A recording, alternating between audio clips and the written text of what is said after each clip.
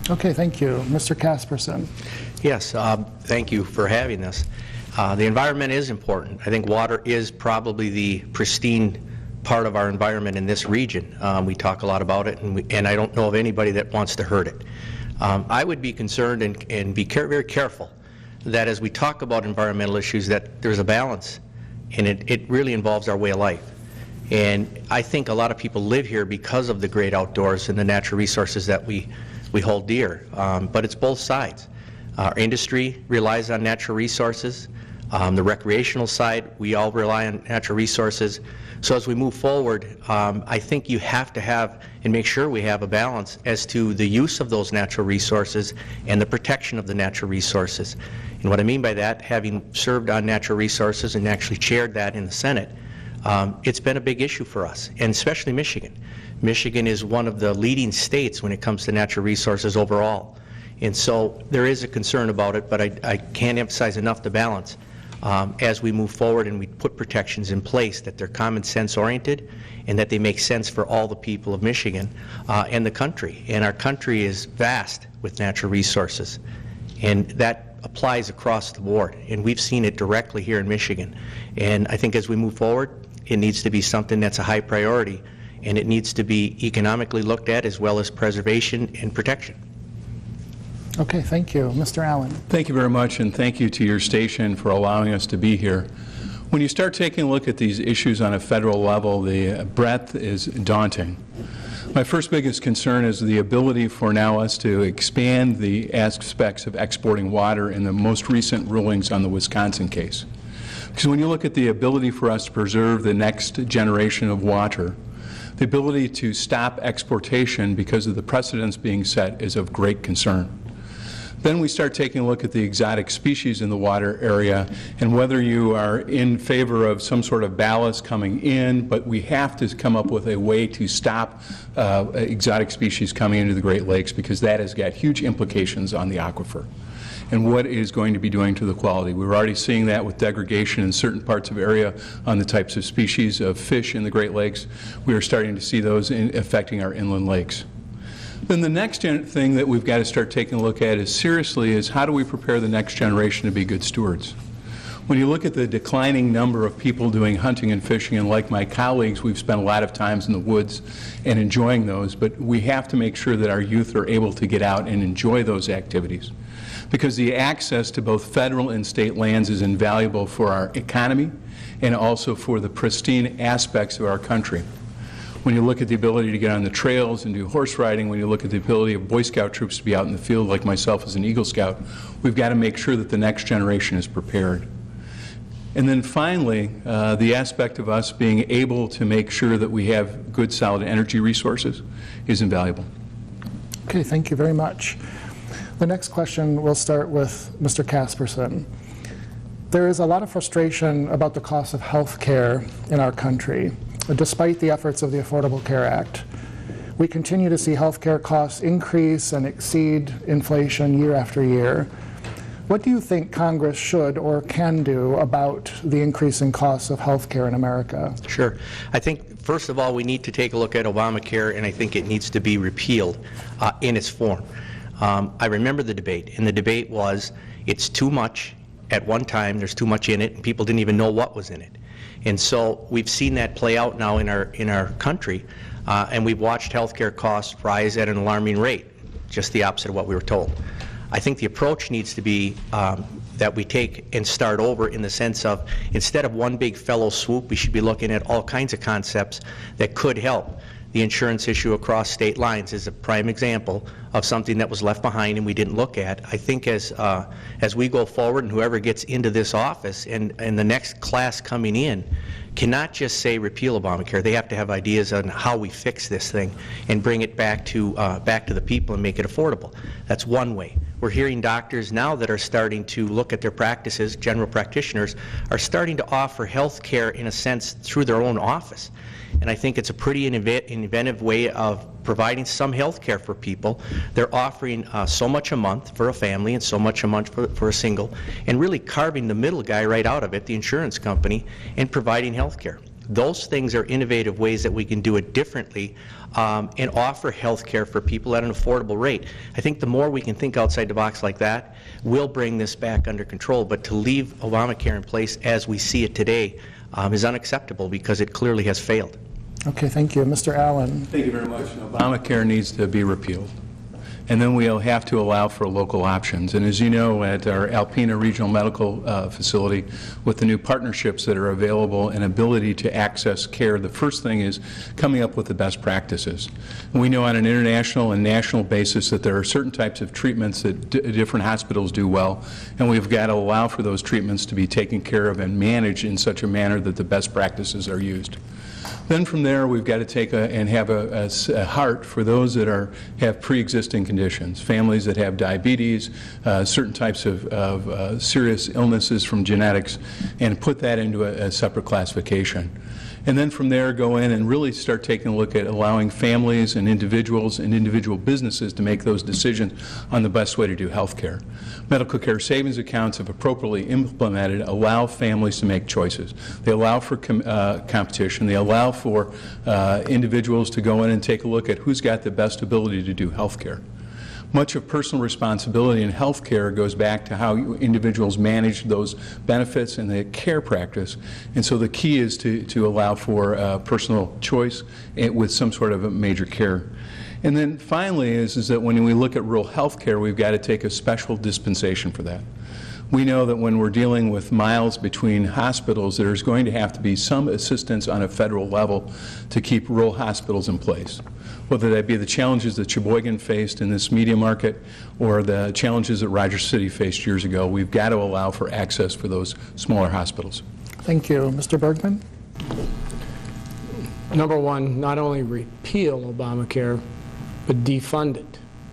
We've repealed it enough times without defunding it. So now it's time to walk the talk. Allow insurance companies to compete across state lines. The market will determine the value for the customer, and it'll return a profit to the company that's reasonable. Don't get the government into picking winners and losers. More and more doctors are working directly for hospitals.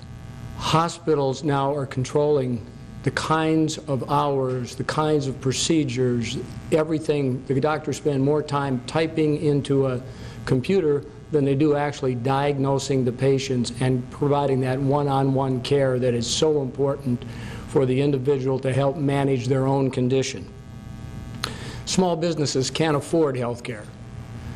They have to leave their people to fend for themselves. Depending on the number of employees that a company has, you either pay a premium or you're exempt. The number of hours that you work a week, you're either in or you're out. Arbitrary rules that don't help the end game of the health care. Medical savings accounts promote cohesion between the company, especially the small business who's trying to provide the health care for its employees, the employees, so their sense of satisfaction, and the larger medical community within that area. 24,000 square miles, 32 counties in the 1st District. We have big hospitals, we have a lot of little rural hospitals. We have to be able to develop our own way of delivering care to our patients, especially when it's January and 20 below and ice and snow on the roads. That doesn't happen in Florida. And why did you have to remind us of that? It's important that we never forget the realities of what God has given us. That's right. On the issue of Social Security and Medicare, just quickly with the time that we have, reform or privatize? Let's start with you, Mr. Bergman. Reform or privatize Medicare? Did I get that right? And Social Security. And Social Security. Well, number one, I believe that over the long term, we need to privatize. Okay. But you don't do it 100% tomorrow and take those folks who are of a certain age and limit their ability to either live their life based upon what they have earned through the Social Security system or what they have available to them in Medicare. They have a limited amount of time that they can recover. Thank you. Mr. Casperson, just concisely. Sure. The Medicare issue is something that you can't just turn off a switch and say we're going to go to this direction. Privatization is a good thing. I come from the private sector. But in something like this, we're dealing with people's health care and people that are relying on it, and especially our elderly seniors that are on retirement, on a retirement situation. You can't do that. And so I do think it needs to be something that is a long-term fix that we do uniformly across the board, but it's long-term. We can't do it overnight. Okay, thank you. Mr. Allen. There's both Social Security and Medicare? Yeah. Both are going to need significant reforms. The von Bismarck model of 1890 is antiquated and needs to be overhauled, and the same thing on long-term health care. Okay, thank you very much for your conciseness, everyone. Moving on to the next question, we'll start with Jason Allen. Northeast Michigan is one of the most challenged regions of Michigan and the country in terms of economic statistics. The question is, as a freshman congressman with partisan hierarchies to contend with, what do you foresee as your role in helping Northeast Michigan move ahead economically? Well, thank you very much, and it's partially an understanding of the importance of this area and the challenges that we're facing. We've got transportation issues, both from rail and then logistics of getting people here, and then we've got one of the 8 critical access airports available. And so we have to protect what we have available to us, and then also seriously taking a look at what the long-term strategic goals are for this region. As you know, we are struggling with modernization and the types of things that are going on in our industry, and they're doing a wonderful job, but that's declining the number of people that are employed. We went up and studied our Carmoose, and they're about a third of what they were 40 years ago, but are producing twice to a third as much. So the first issue is that we've got to communicate the needs of this area. Make sure that we understand how we are going to attract entrepreneurs, flatten the tax rate so that we are able to attract the next generation of entrepreneurs. Because heck, it's going to be hard for us to figure out what the next generation of jobs are going to be because of the modernization of technology. And then finally, make sure that we have a strong, solid healthcare system, because when you start looking at the base employments, healthcare and then education are the big areas. Okay, thank you. Mr. Bergman. Well, first of all, to start with, from a worldwide basis, we don't have in this country a competitive market rate, income tax rate for our corporations. We're too high. If a company is considering moving anywhere in the United States, the first thing they look at is, can they make money? If they can't, then no jobs are provided, they don't come. So number one, change our corporate tax structure to provide a worldwide market-level corporate rate so that companies then can say, okay, where are the resources, whether they be natural or human? It's important and essential for our education system to produce 18-year-olds or 22-year-olds or somewhere in between that have the skill sets that when companies decide to come here to Northeast Michigan, because they really do believe that they can be successful here long term, that we've got would-be ready employees ready to do the jobs, especially in the manufacturing sector, that will allow the company to make a competitive product. Okay, thank you. Mr. Casperson. Yeah, we've been working on some ways to help rural Michigan that struggles with some of these things. One example would be the mining industry in the Upper Peninsula. There was a new tax put in place that we worked on, the severance tax. We put together through that tax a economic fund that's designed for local units of government to be able to petition through that fund to get some funding to bring infrastructure into our rural areas. But really the way I see that some of our rural areas in Michigan could be helped is removing some of the red tape that the very government that we're talking about has created. You talk about tax structures and all those things all day long, but if I can't get a permit to put a building up, if I can't get a permit to put a road in, if I can't build some of that infrastructure that we need because of the red tape and the rules and the regulations that's been put in place by this government, the rest of it doesn't matter. And there's a lot at stake here with our rural areas, and this region is no different. In talking to the people here, they struggle with the same things. And if we can clear that red tape out of the way, we talked earlier about the natural resources. Prime example is our natural resources can be a huge draw for these areas. And if we can't use those natural resources and we can't enjoy them and go out and they're blocking trails, things like that, not a big draw for people to come into the area. We've got to change that mindset, and we need to listen to what the local people are telling us and what they want for their economic development opportunities. And again, Washington doesn't seem to want to do that. They seem to know better what we need. I think we got to get back to listening, and our local people can figure it out, and we need to get out of the way and let them do it. Okay, thank you. On to the next topic and question. We'll start with Mr. Bergman on this. It's a little bit of a different topic than you're probably used to having posed in one of these situations. Michigan has been subject to gerrymandering throughout its history. Both parties are guilty of engaging in the partisanship that impacts our state and federal districting. What should or could be done to stem the tide of partisan dominance in redistricting every 10 years? Are you really asking what should be done to change how the political parties operate in the state and the federal level? And affect the way in which our districts are drawn and ultimately how our choices are shaped? If you look at how our country was formed, it was formed as a representative democracy. Our founding fathers had to make decisions based on populations, locales, and they started that process back in the 1770s. We have taken that process and pretty much subverted it, I could probably use a stronger word, to local and individual desires and needs. Some could say parochial. So I would suggest to you that we have a constitution. We have all these rules. Rules probably isn't the right word. We have all these tenets in place that we can work within. We are wasting time every 10 years to figure out how we can one-up the other party by doing this. Let's face it, this will be the third, I believe, the third election that Traverse City has voted in the 1st District. I could be wrong, but bottom line is, was that the right answer?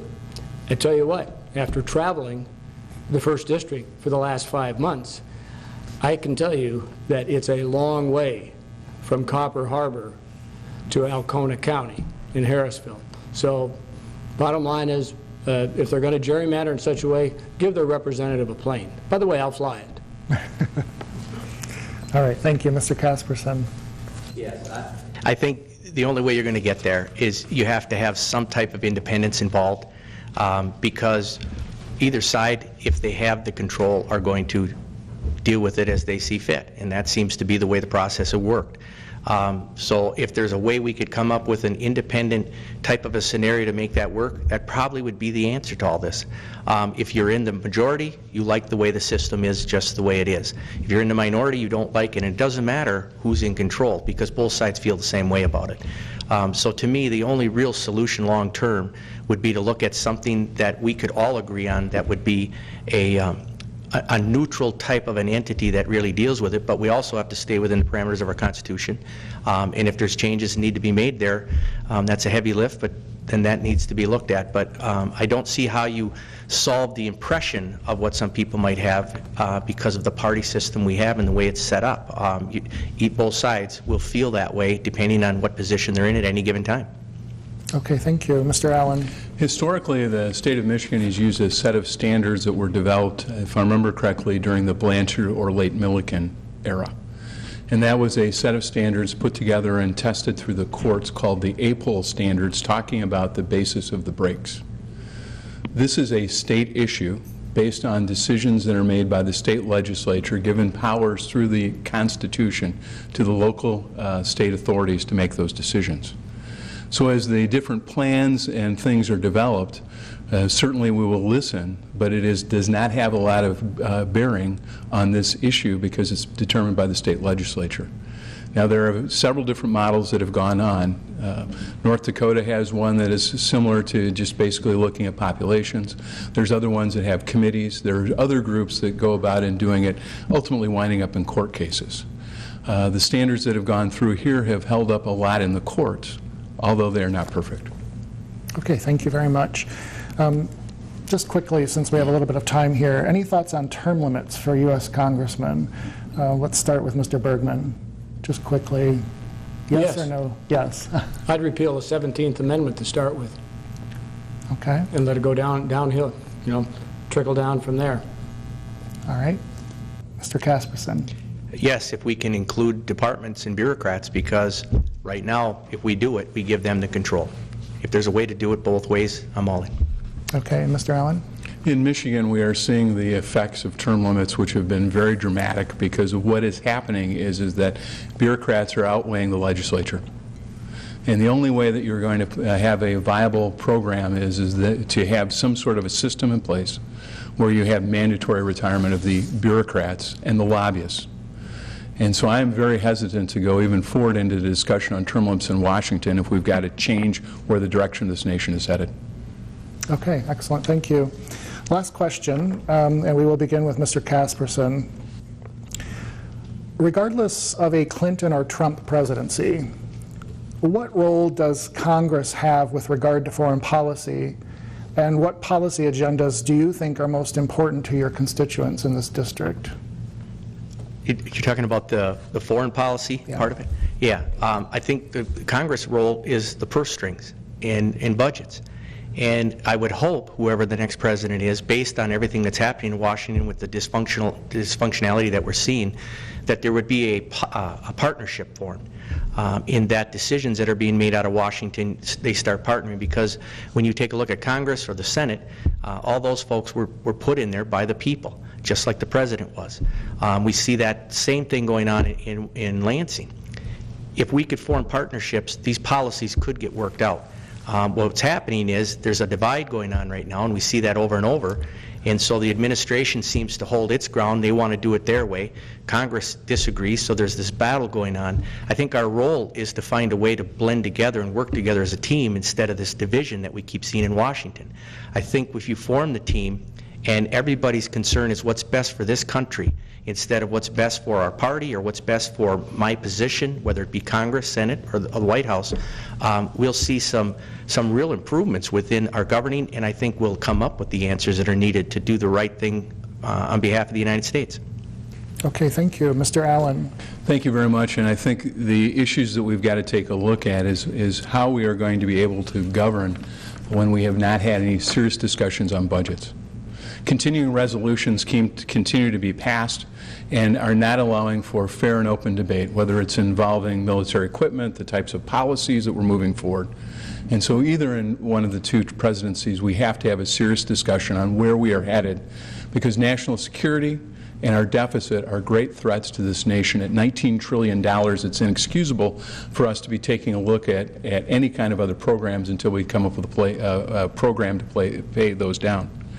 Once we have a serious budget discussion, taking a look at making sure our borders are secure, then we can start planning for the future. But until those types of activities take place, it's going to be very difficult. Okay, thank you. Mr. Bergman. I would suggest to you that foreign policy strategy in a world in which we live today is an ever-moving target, but nonetheless a target that has to be tracked. For the last 8 years, we have basically lumbered along in our country without a national security strategy, which drives, to some extent, the foreign policy in how our ambassadors and our security teams can operate around the world. During my last 6 years recalled to active duty, I was based in different areas, D.C., some overseas. I had a chance to talk to many ambassadors about the challenges they have with the security strategy coupling with the foreign policy strategy. So we need an administration that actually understands what it means to be a good ally, what it means to actually know how to handle classified material, what it means to actually make a decision where lives of our ambassadors and our contractors and our troops are in jeopardy, and to make sure that our response time and what we do to protect not only our businesses and our families abroad, but also to protect our allies and our young men and women in uniform. Okay. We've been lacking in that the last 8 years. Okay, thank you. Just another question related to foreign policy, but bringing it home. You know, we have a Alpena Combat Readiness Training Center here, and there are 4 training bases as part of the Air National Guard. There are always threats of closing one or any of all of these. Would you protect the Alpena site relative to the other 3? Mr. Casperson, I'm sorry, Mr. Sure. Casperson. Yes. That's a prime example of the dysfunction that's going on in Washington right now, because as they look at ways to cut government, they're taking a look at our military, and they're cutting the military. I think military is a priority. There's other ways we could do this and other budgets we should be looking at. Okay, thank you. Mr. Allen. I would protect it because of the logic involved. Sometimes defense has to make some difficult cuts. But let's take a look at the characteristics. We have the largest airspace over Lake Huron. We have a large munitions area that can pretty much take any type of ordnance that's available within the U.S. military. And with our largest training range east of the Mississippi, it's invaluable. Okay, thank you, Mr. Bergman. The government puts out satellite bases around the world, and the bottom line is we put them there so we can reach out and touch people who want to harm us. Where we are here in Alpena, we have extensive borders that need to be secured. So our base here is subject to growth and more involvement as we secure our borders for the future. Okay, thank you. We move now to closing statements. You each have 30 seconds. Mr. Bergman, we'll start with you. Well, thanks for being here tonight. All of you out there in the netherworld. On August 2nd, the voters must make a choice. First of all, I ask yourself, is our party system working? And then, depending on what you say to that question, do you vote for a familiar name and hope that they can do the job, or someone who might be a new name but already has extensive experience, both international and national, maybe even a Marine Corps general? Said a different way, who do you think will really fight for you in Congress? I'm Jack Bergman. On August 2nd, I ask for your vote. God bless America. Thank you. Mr. Casperson. Thank you. Thanks for putting this together, and to all the listeners. I have been born and raised in northern Michigan. My family's been raised here. It is part of the fabric of who I am. My life experience in a small business brings the experience that I bring to the legislature, and that's what I would bring to Washington, and bring some common sense back to this district and have Washington listen to us. And I'm asking for your support on August 2nd. Thank you. Thank you, Mr. Allen. Thank you very much, both to the community college and your involvement in WBKB. For 50 years, our family has run a small men's clothing store in Traverse City, very similar to Stevens Menswear in downtown Alpena. I understand the challenges that the 190,000 small businesses of Michigan face on a regular basis, struggling to be able to compete. We have to move our region forward. You can find more out about me at jasonallen.com, and I would appreciate your vote on August 2nd. Thank you, gentlemen. On behalf of WBKB, thank you for your interest in tonight's forum. The last date to register for the August primary was July 5th. To vote in the November election, you must be registered to vote by October 11th. Visit your local Secretary of State office and register to vote. Your vote helps determine who represents us in our representative system of government. Thank you and good night.